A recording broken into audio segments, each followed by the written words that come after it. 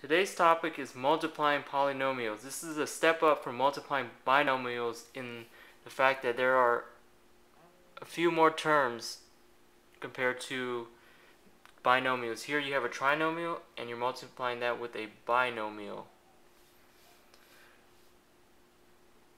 What happens is each term of the first parentheses, say for example 3x squared, is going to be multiplied with each term of the second parentheses, which has x and 2. For example, 3x squared will be multiplied with x. Just trace this arrow right here. And it will be multiplied with 2. Trace this arrow right here. Let's look at a practice problem with multiplying a trinomial and a binomial. Start with 2x squared times 3x. 2x squared times 3x. Then I'll use 2x squared again and multiply that with negative 4 plus 2x squared times negative 4. Then I'll go over to negative 3x and multiply that with 3x. Negative 3x times 3x. Then I'll use negative 3x again and multiply that with negative 4. Negative 3x times negative 4. And then I'll use the 1 and multiply that with 3x. Plus 1 times 3x. Then I'll go back to the 1 and use that with negative 4. Positive 1 times negative 4. And then I just see what my products are for all these multiplication problems. The first one, 2 times 3, 6, and then x squared times x cubed. Over here, positive, I already see that it's a positive and a negative. When I multiply those, I'll get a negative answer. 2 times negative 4 is negative 8. And then I just have x squared. Over here, negative 3 times 3 is negative 9. X times x is x squared. Then I have over here, negative times a negative will be a positive. 3 times 4 is 12. And there's just x there. And over here, plus 1 times 3x, that's just plus 3x. And then over here, 1 times negative 4, negative 4. I go ahead and start from the beginning and combine like terms. The only term to the third power is the first one. I'll just rewrite that 6x cubed. And then now I combine the second power terms. Negative 8x squared minus 9x squared is minus 17. 8 and 9 give you 17. They're all negative. And then x squared after that. 12x plus 3x, that's a total of 15x. And then the negative 4 on the end. The answer is in the bottom. I try to box it in. And then that's it. This problem over here is a volume problem, which means multiplying all three dimensions. What's going to end up happening is I'm going to get a trinomial being multiplied with a binomial. Start out with x minus 5 times 3x plus 2 times x plus 3. I'm multiplying all these together. I just do the first two first. X times 3x, 3x squared. X times positive 2, positive 2x. Negative 5 times 3x, negative 15x. And negative 5 times 2, negative 10. This polynomial here is going to be multiplied by x plus 3. I'm just rewriting in this step x plus 3. I'm rewriting that. And then I'm going to simplify this, combining like terms. 2x and negative 15x give me negative 13x. Then the first and the last term are the same from the previous step. I'm multiplying this trinomial with this binomial, x plus 3. Just rewriting the one from the original to here. Now, in the previous clip you saw an example of how to do this type of multiplying polynomials. So I won't go further into the example here. I just wanted to show you the setup for a problem like this with volume and having three dimensions and what the initial setup is going to be like. Over here, Number 4, this is finding the difference of two areas, area for A and for B. That means to find the area, you multiply the two dimensions together, 2x squared times negative 4x plus 9. Not times, this is 2x squared minus 4x plus 9. This whole trinomial is going to be multiplied with 4x. And over here, it'll be x plus 6 times 5x minus 1. The order does not matter. I just wrote x plus 6 first. I saw that one first. I wrote that one first. Now to find the difference, once I multiply these out, what I do is I'm going to subtract whatever answer I get over here after multiplying this one out from this polynomial over here. Now,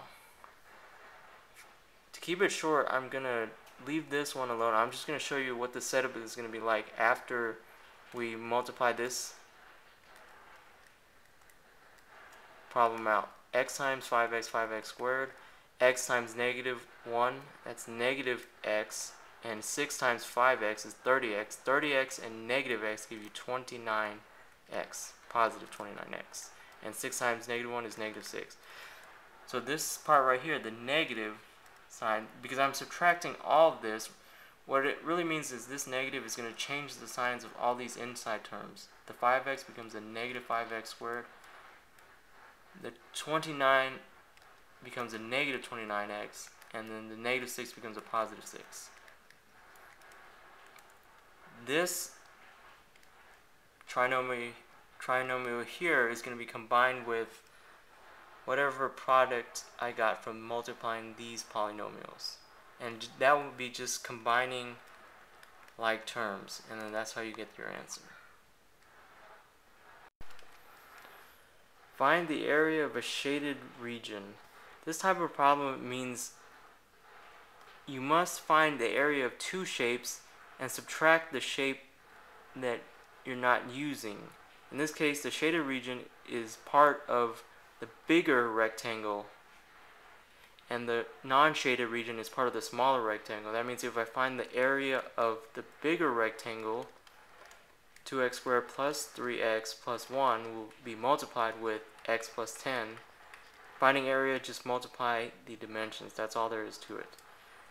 This will not give me the shaded area. It will give me the total area of the big rectangle. But once I subtract, let's go ahead and put this in brackets to keep it separate for now. And then I'm going to subtract the area of the smaller rectangle, which is, let's use another bracket, which is going to be 3x minus 5 times x plus 6. I'm going to subtract the area of the smaller rectangle from the bigger rectangle in order to get the area of this shaded region right here. Look up the previous clip for an example of how to multiply polynomials.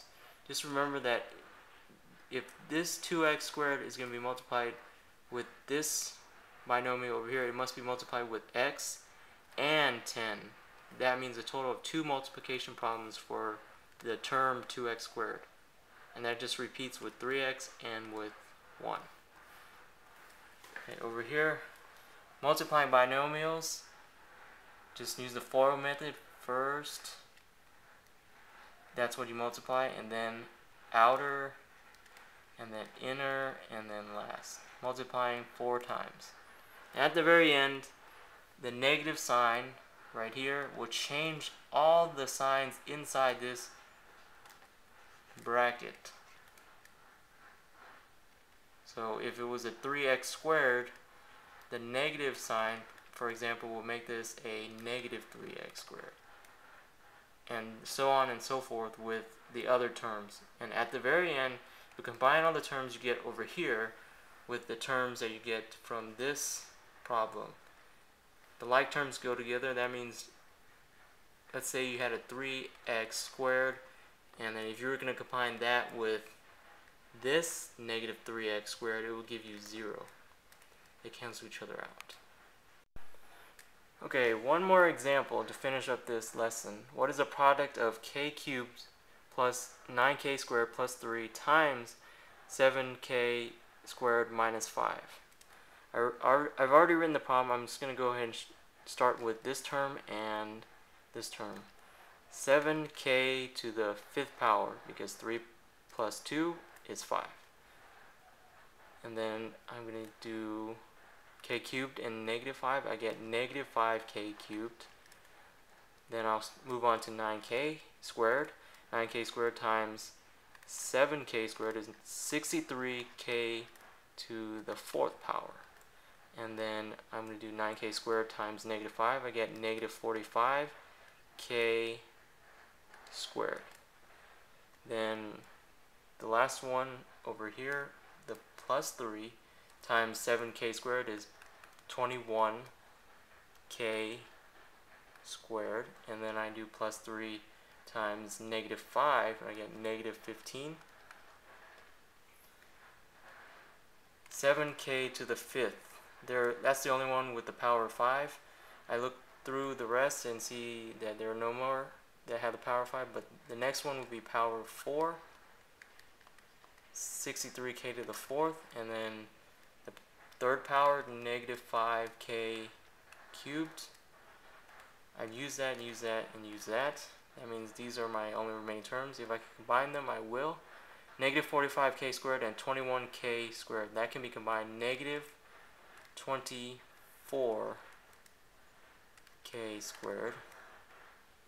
And then the last term, negative 15.